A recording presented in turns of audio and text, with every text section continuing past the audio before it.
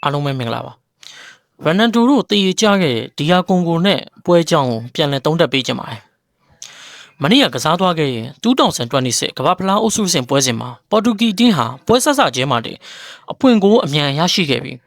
းတပွဲလုံးနီးပါးကိုဘောလုံးပိုင်ဆိုင်မှု85%အထိအပြတ်သက်စိုးမိုးထားနိုင်ခဲ့ပါတယ်ဒါပေမဲ့ပထမပိုင်းပြီးကန်ဒီအောင်ဆိုင်မှုရော့ကျသွားချိန်မှာတော့ဒီယာကွန်ဂိုကိုတောက်ကန်ဘောကနေခြေပါကိုပြန်ပေးလိုက်ရလို့1-1တည်ရလန့်နေတာပွဲပြီးဆုံးသွားခဲ့ရပါတယ်ဒီပွဲဟာအပေါ်ယံကြည့်ရင်ပေါ်တူဂီကံမကောင်းလို့တည်ရကြခဲ့တာလို့ထင်ရပါမယ်တကယ်တမ်းကွင်းတွင်းချီနေမှာတော့နီးပြရောဘတ်တိုမာတီနက်စ်ရဲ့နီးပြွာပိုင်းလွဲမချက်တွေကွင်းလယ်လူတွေရဲ့ပြက်ကွက်မှုတွေနဲ့တူတစ်ဖက်ကဒီယာကွန်ကိုအတင်းရဲ့အတိမတ်ပြုလုပ်စရာရုန်းကန်မှုကိုပါတွေ့မြင်ခဲ့ရတဲ့ပွဲတစ်ပွဲဖြစ်ပါတယ်ပွဲဆဆချင်းမိနစ်ပိုင်းမှတင်ပေါ်တူဂီတို့ကစားကွက်အချိန်ရပြီးထင်မှတ်မထားတဲ့အဖွင့်ကိုအမြန်ဆုံးရအောင်နိုင်ခဲ့ပါတယ်ပက်ဒရိုနီတိုကဘယ်တောင်မန်ကနေဖြတ်တင်ပေးလိုက်တဲ့ဘောလုံးကိုပေါ်တူဂီရဲ့လူငယ်ကွင်းလယ်ကျဲပွင့်ဖြစ်တဲ့ဂျိုအာနိုနီဖက်စ်ကနောက်တန်းကနေဝင်လာပြီးလှလှပပခေါင်းတိုက်တွင်းယူသွားခဲ့ဖြစ်ပါတယ်ပေါ်တူဂီက900ပြီးနောက်ပိုင်း85%အထိဘောလုံးကင်ပြီးပွဲကိုထိန်းချုပ်ထားပေမဲ့ပထမပိုင်းပြီးကန်ဒီ45မိနစ်ပြည့်လို့နာကျင်ချင်းပို4မိနစ်မြောက်ရောက်တဲ့အချိန်မှာတော့ဒီယာကွန်ဂိုကအဖိုးတန်ချီပါကိုအန်တင်ပွဲရောက်သွားခဲ့ပါတယ်ဒီယာကွန်ဂိုရရှိခဲ့တဲ့တောက်ကန်မောကနေအေးရတဲ့ဖြတ်တင်လိုက်တဲ့အချိန်မှာပေါ်တူဂီနောက်တန်းကစားသမားတွေဟာလူကတ်မှားယွင်းခဲ့ပြီးအောင်ဆိုင်မှုယွန်နေခဲ့တာကြောင့်ဒီယာကွန်ဂိုတိုက်စစ်ကခေါင်းတိုက်ပြီးတွင်းသွားခဲ့တာဖြစ်ပါတယ်တမိုင်းတွေရေထိုးပြီးအန်တင်ပွဲကစားသွားခဲ့ဒီယာကွန်ဂိုအသင်းကိုလည်းလုံးဝချီးကျူးရမှာဖြစ်ပါတယ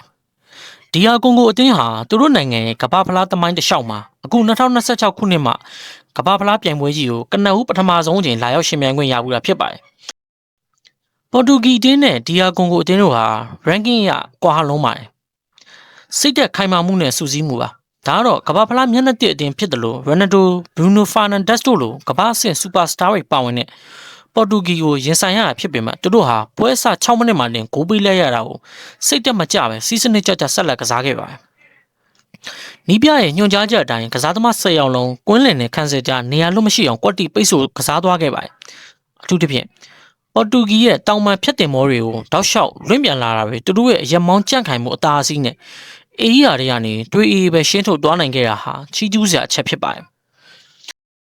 ဒါတင်မကသေးပါဘူးရလာတဲ့အခွင့်အရေးကိုပါအပိုင်တုံးချပြီးပေါ်တူဂီလိုအတင်းကြီးစီကနေအဖိုးတန်တမတ်ကိုတမိုင်းဝင်လူယူသွားနိုင်ခဲ့တာဖြစ်ပါတယ်နောက်တစ်ခုကတော့နီးပြမာတီနက်စ်ရဲ့ပုံတင်နီးဆန်တဲ့ဗျူဟာမြောက်အမှားပါ900ပြီးနောက်ပိုင်းမှာဒီယာကွန်ကိုအသင်းကခန်းစစ်ကိုပိတ်ပြီးချစ်လျောင်ပိတ်ဆို့ပြီးကစားလာမယ်ဆိုတော့ကြိုတင်တိထားတော့လေနီးပြမာတီနက်စ်အနေနဲ့အဲ့ဒါကိုဖောက်ထွက်ဖို့စမ်းတစ်တဲ့ plan B ကိုမချပြနိုင်ခဲ့ပါဘူးနောက်တစ်ချက်ကတော့တောင်ပန်အလွန်ကျွံအားကိုးခြင်းပါကွင်းလယ်ဘဝကနေတူတူပြက်ပြက်ဖြတ်တန်းသွားမဲ့ short pass တွေကိုခန်းစစ်ကြားရဲ့စိတ်ဝင်မှုမကြိုးစားဘဲနဲ့တောင်ပန်တွေစီကနေဘောလုံးထုတ်ပြီးအေရီယာတွေကိုဖြတ်တင်ဘောတွေပုံတင်နီးတိုင်းလုတ်ခဲ့ပါသေးတယ်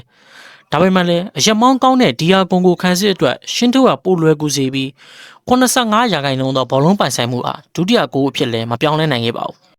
းနောက်တစ်ချက်ကတော့ပထမပိုင်းပြီးကန်နေအချိန်ပိုပေးလိုက်ရတဲ့ဂိုးဟာလည်းကစားသမားတွေအောင်ဆိုင်မှုအားနည်းချက်ကြောင့်ဖြစ်ပါတယ်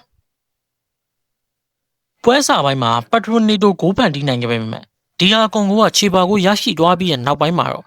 ့ပေါ်တူဂီရဲ့ကွင်းလယ်ဖြစ်တဲ့ဘရူနိုဖာနန်ဒက်စ်ဘနာဒိုဆီဗာနဲ့ပက်ဒရိုနီတိုတို့ဟာပြိုင်ပွဲရဲ့အင်အားသုံးကစားမှုအောက်မှာတီထွင်ဖန်တီးမှုပိုင်းလုံးဝအကျက်ရိုက်သွားခဲ့ပါတယ်သူတို့ရဲ့အဓိကတာဝန်ကပြန်ပိုက်ခန်းစစ်လိုင်းတွေချားတဲ့စိတ်ဝင်မဲ့မင်းနေဘောတွေကိုတိုက်စစ်စုံနဲ့အရောက်ပို့ပေးရမှာပါဒါပေမဲ့ဒီယာကွန်ကိုရဲ့ကွင်းလယ်လူကတ်တာကိုမကြော်နိုင်ပဲကြောက်ပြီးတော့ BI pass တွေနောက်ခံလူတွေစီပြန်ပေးရဲ့နောက်ပြန် pass တွေပဲတပွဲလုံးပတ်ချလဲကန်နေခဲ့ကြပါတယ်ပိုင်ဆိုင်မှု85%ရှိနေပြီးတော့စွန်စားရတဲ့ red passes မျိုးလုံးဝမလုပ်ခဲ့ကြပါဘူးနောက်တစ်ခုကတော့တိုက်စစ်မှုရနတူရဲ့အထီးကျန်မှုဖြစ်ပါတယ်ကွင်းလယ်ကဘောလုံးမပေးနိုင်ပဲနဲ့တိုက်စစ်မှုဘယ်လောက်ကောင်းကောင်းဂူးသွင်းနိုင်မှုဆိုတာလုံးဝမဖြစ်နိုင်ပါဘူးရနတူအနေနဲ့အေရီယာနဲ့ဘောလုံးမရလို့ကွင်းလယ်လေးဆင်းပြီး space ရှာခဲ့ရသလိုရလာတဲ့အခွင့်အရေးအချို့ကိုလည်းဒီယာကွန်ကိုရဲ့စီးစနစ်ကျတဲ့လူကပိတ်ဆို့မှုတွေကြောင့်ဂိုးအဖြစ်ထပ်မပြောင်းလဲနိုင်ခဲ့ပါဘူးရနတူရခဲ့တဲ့အခွင့်အရေးဟာလည်းကောင်းမွန်တဲ့အခွင့်အရေးတော့မဟုတ်ခဲ့ပါဘူးနေကုန်းချုပ်ကျွန်တော်သုံးသပ်ရမယ်ဆိုရင်တော့ပေါ်တူဂီရဲ့မနေ့ကတေရလာဟာမိနစ်6မိနစ်မှနေအဖွင့်ကိုရရှိထားပြီးပွဲကို85%ထိစိုးမိုးထားနိုင်ခဲ့တဲ့ပထမပိုင်းပြီးကန်နေနာကျင်ချင်းပို4မိနစ်မှာတော့ခန်းစစ်အမှားကြောင့်အဖိုးတန်နိုင်ပွဲပျောက်ဆုံးသွားခဲ့ရတာဖြစ်ပါတယ် ကမ္ဘာဖလားသမိုင်းတစ်လျှောက်ပထမဆုံးချိန်ကစားတဲ့ဒီယာကွန်ဂိုအသင်းရဲ့ခိုင်မာတဲ့စိတ်သက်ခန်းစစ်ပိုင်း Master Class နဲ့တေကန်ဘောတွေကိုအသုံးချသွားပုံကိုတော့ရဲဝံ့လုံးဝချီးကျူးရမှာဖြစ်ပါတယ်။ပေါ်တူဂီရဲ့နီးပြမာတီနက်စ်အနေနဲ့လာမယ့်ဇွန်လ22ရက်နေ့ဥဇဘက်ကစ္စတန်နဲ့ပွဲမှာဒီတက်မကတေကန်မောခန်းစစ်ကိုပြင်ဆင်ပြီးဗဟိုကနေဖောက်ထွက်မဲ့ဗျူဟာတစ်တွေယူဆောင်လာဖို့အရေးကြီးလိုအပ်နေပြီဖြစ်ပါတယ်။